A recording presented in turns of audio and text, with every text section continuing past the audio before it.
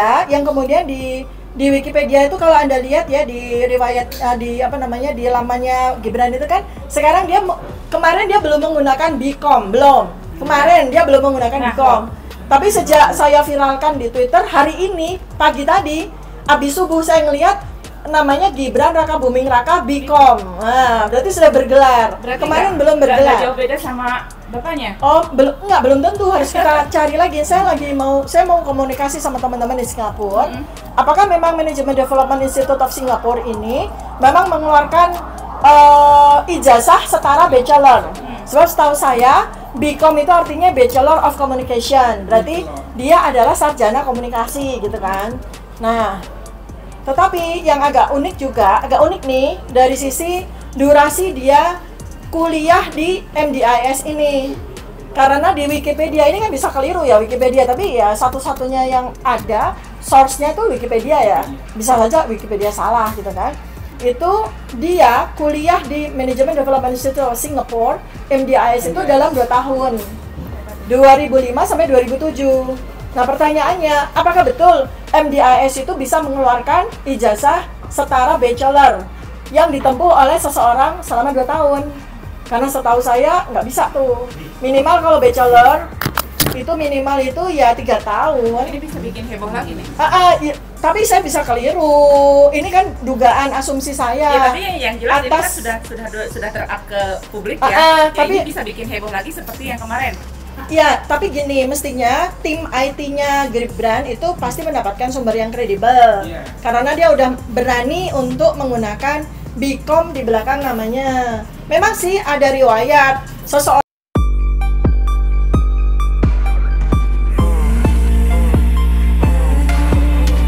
Gus Imin juga dijelas ya kan, S1-nya dari Gajah Mada, S2-nya dari UI dan Dr. Honoris Causa dan sebagainya. Kemudian Pak Ganjar Pranowo juga jelas ya kan, S1-nya juga dari UGM, S2-nya juga kalau nggak salah dari Undip atau dari mana, pokoknya ada jelas gitu kan. Begitu juga dengan tentu saja Profesor Mahfud MD kan gitu ya. Nah sekarang yang masih saya pertanyakan, kalau Pak Prabowo jelas lah beliau dengan latar belakang militer beliau pasti riwayat pendidikannya itu pasti inline lah dengan riwayat karir kemiliterannya beliau. Nah sekarang yang menjadi curiosity saya adalah Gibran Raka Buming Raka ini ya kan, karena seandainya salah satu dari mereka itu nanti ditakdirkan Allah menjadi capres dan presiden dan wakil presiden, kita nggak mau dong. Betul. Punya wakil presiden yang bobotnya sangat ringan, nah kan gitu. Kita kan mau yang heavyweight dong, mau kelas berat dong. Masa sini profesor, sini PhD, sini S2-nya 2 dan segala macam, yang ini nggak jelas latar belakang pendidikannya. Makanya saya ulik gitu. Dan memang dari awal sebelum Gibran ini naik ya menjadi salah satu cawapres di 2024 itu saya udah tertarik sekali sama riwayat pendidikannya dia. Emang agak-agak unik gitu loh. Agak membuat insting researcher saya sebagai peneliti itu menarik gitu ya. Pertama nih ya saya sejarahin. Jadi saya tahu riwayat pendidikannya Gibran kan dari Wikipedia kan gampang kan, atau kita searching juga dari beberapa dari beberapa media itu kan jelas tuh. SD SMP-nya di Solo. SMP 1 Solo, ya jelas. Ibu saya orang Solo, jadi saya tuh segala macam seluk-beluk di pendidikan di Solo tuh saya tahu persis. Oke. Ya. Dia SMP-nya 1 Solo itu sama dengan SMP-nya ibu saya. Jelas, clear. Lalu kemudian dia SMA-nya itu di Orchid Park Secondary School di Singapura. Nah, ini lucu loh. Jadi Gibran kalau waktu itu lulus lulus SMP itu tahun 2002. Lalu dia kelihatannya diterbangkan sama orang tuanya untuk menuntut pendidikan di Singapura. 2002 kan ya. Nah, ternyata dia itu memilih SMA itu umurnya baru setahun loh. Lucu ya. Jadi dia masuk 2002, ternyata Orchid Park Secondary School itu baru lahir 2001. Lahir 2001. Nah, kalau kan waktu itu kan kita tahu bapaknya itu kan pengusaha sukses kan ya.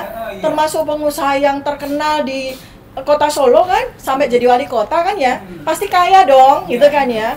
artinya semua pengusaha kaya di Indonesia itu kan pasti ingin memberikan pendidikan yang terbaik terhadap anak-anaknya. Jadi wajar lah kalau kemudian anaknya disekolahkan di luar negeri kan gitu ya. Nah mestinya dengan uangnya, dengan kekayaannya kan bisa memilih SMA yang terbaik di Singapura dong. Masa memilih SMA-nya yang umurnya baru setahun, kan itu aneh, ya enggak?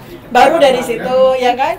Kemudian selanjutnya dia melanjutkan setelah lulus SMA, ya setelah lulus SMA 2002, 2003, 2002, 2003, 2005 kalau saya ya. Dia lulus, lalu kemudian dia masuk sekolah lanjutan. Nah ini juga harus di searching juga nih sama teman-teman media. Dia kan masuk MDIS ya, namanya tuh lembaga lanjutan. Nah ini saya kurang paham. Lembaga lanjutan ini apakah bentuknya adalah universitas atau lembaga lanjutan aja?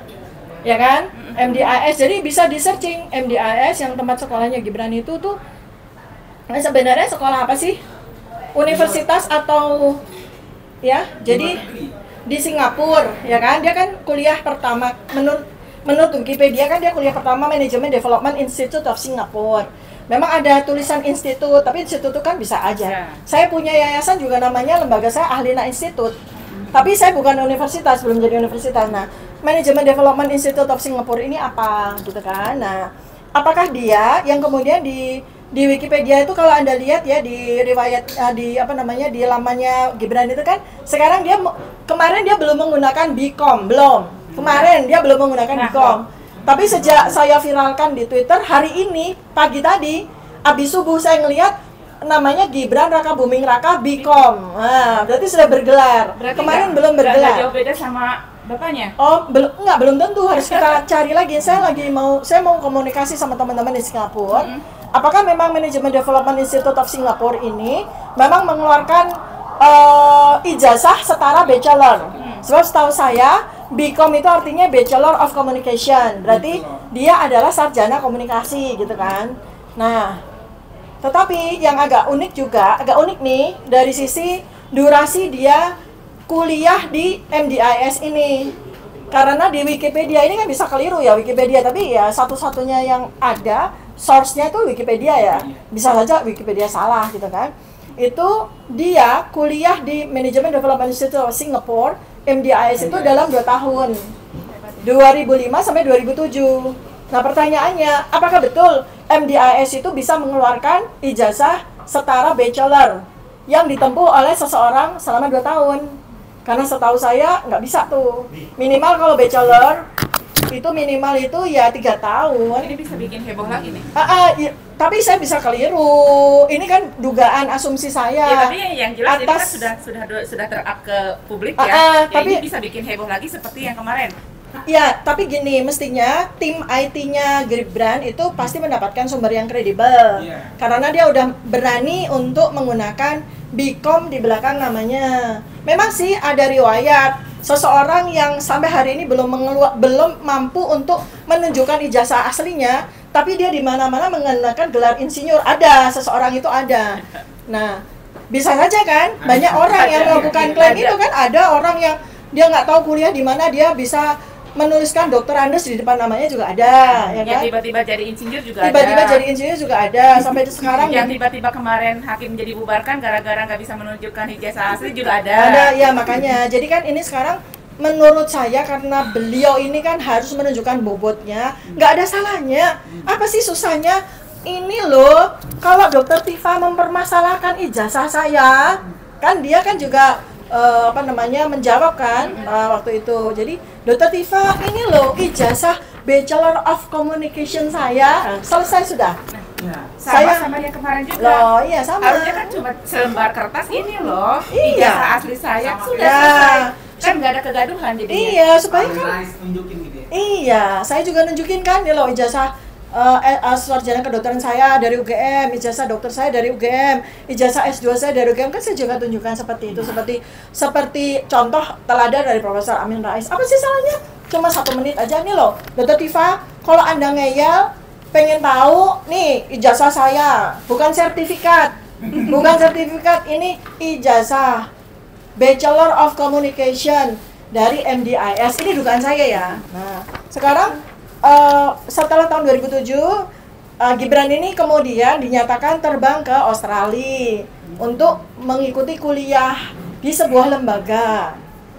Tahun 2007 ya, kemudian lulus tahun 2010 di situ. Namanya InSearch, di lembaga itu yang tertulis itu namanya InSearch UTS ya, InSearch University Technology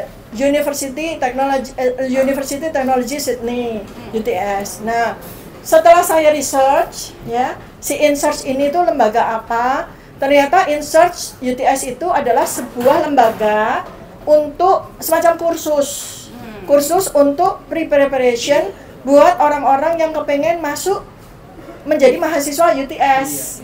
Jadi kayak program preparation. Di situ tuh ada persiapan bahasa Inggris, persiapan matrikulasi dan sebagainya. Yang ditempuh biasanya tuh antara 8 sampai 12 bulan. Cuma singkat aja. Nah, di sini kan juga menjadi curiosity saya loh. Ngapain Gibran di InSearch yang total durasi kursusnya itu cuma 8 sampai 12 bulan, dia ngapain 3 tahun di Australia, gitu kan? Dan tentu saja gelar BCom atau Bachelor Communication yang sekarang ini ada di belakang nama dia pasti bukan dari InSearch. Karena InSearch itu maksimal kalau mau mengeluarkan selembar sesuatu, itu pasti namanya sertifikat.